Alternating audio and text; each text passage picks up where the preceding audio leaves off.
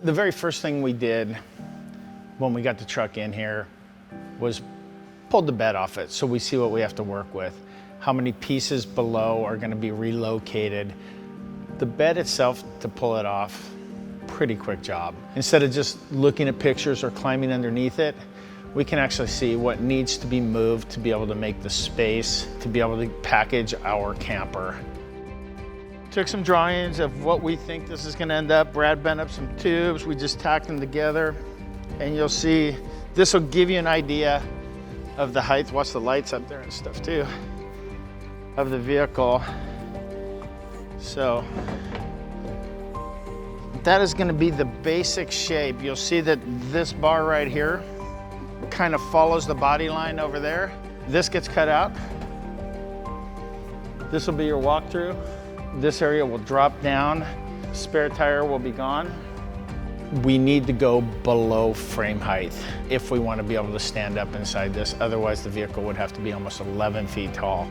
Literally hours and hours and hours have been spent figuring out how much tubing we're going to need, where to make the cuts, what the shape is going to be.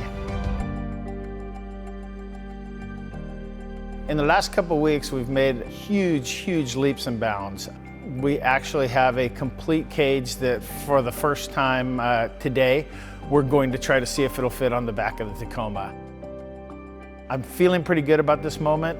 Like I said, but it happened really quick, so anything can go wrong when you're talking about going from sticks of metal to a complete camper cage in 2 weeks.